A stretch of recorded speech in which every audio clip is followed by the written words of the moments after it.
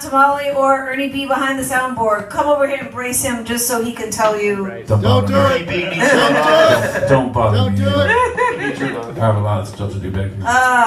Yeah, last week we were coming back from Louisiana and I had the pleasure of meeting the people from the fine town of Cooterville. Cooterville. And I've heard of that. And I think Ricardo!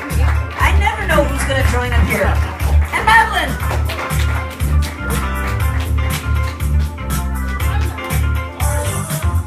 And I said to my mom, she asked me, why doesn't your poetry rhyme?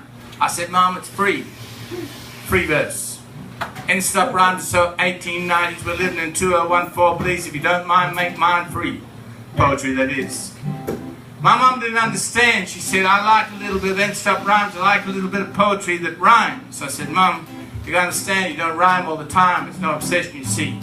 The obsession with rhyme is form over content. When people want a construction like a high-rise Californian condominium, instead of single stories, which used to be the story of Austin, singular individuals who gather gregariously inside independent coffee shops. I'm not talking Frankenstein coffee shops or Starbucks, no, I'm talking about this place right here, right now, where freedom of speech and freedom of assembly is actually a practice and not just a little bit of rights on the document, no. Ripped up and torn up like the practice of politicians. No, this is practice as you go. Flow. My mom says to me, your sister writes poetry that rhymes. Why can't you rhyme, Tom? I says, Mom, it's no crime to rhyme. You don't have to rhyme all the time. On we go. Well, the flow goes visual. Most people these days are addicted to a little camera screen. They've got their fingers working, but their brain is disconnected from the immediate moment. You see, we are actually in this together. It's scene. They said the Beat generation way back in time dressed black with bongos and they played in coffee shops. And I said, that was 50 years ago, your grandfather's story.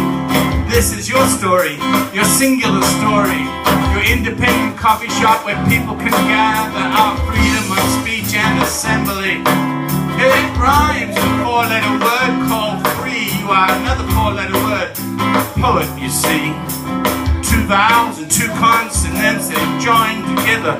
All of us will join together, independent and autonomous entities, always saying, yes, we want to really be together. And even though we're not that together, I speak personally, no one else speaks personally.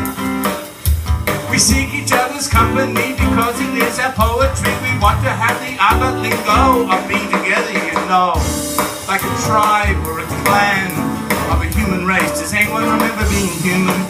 Before it became a cliche that they used in advertising. Can I sell you a product or a commodity, please? Can we put in a packet and call it poetry? Can we sell you a CD or a book or something else? You take a look, pick a sample, 10 seconds, MP3. But no, this is a free night because it's open mic and you come up with what you like, as everybody knows tonight.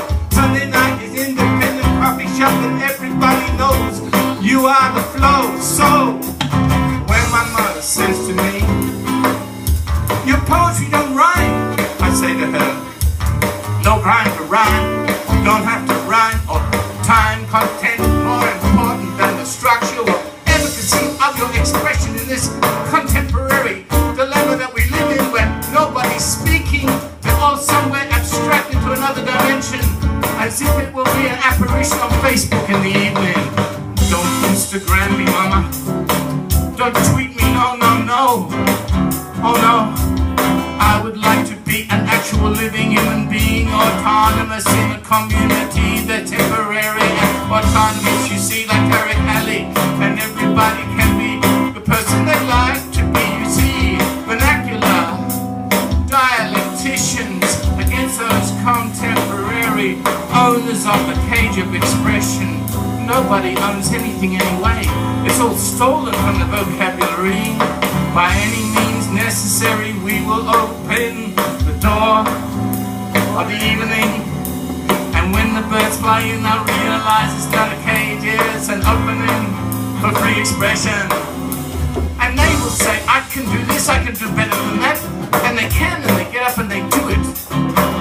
We learn from each other and discover the uncovering of our common expression. I hope to see you Wednesday night. We got a new place in Pflugerville. Take flight. It's called Spinners Live. It's a wild cabaret, an open stage for people in the north to come and play. Most of our venues are down in the central part of the little village of Austin. And deeply in the heart of South Austin, that's where we began, where Austin came from, the barrio man. But people in the north are starved. All they have is strip malls, strip malls, strip malls, strip malls. We'd like to have a little bit more. So come on out Wednesday night, boys.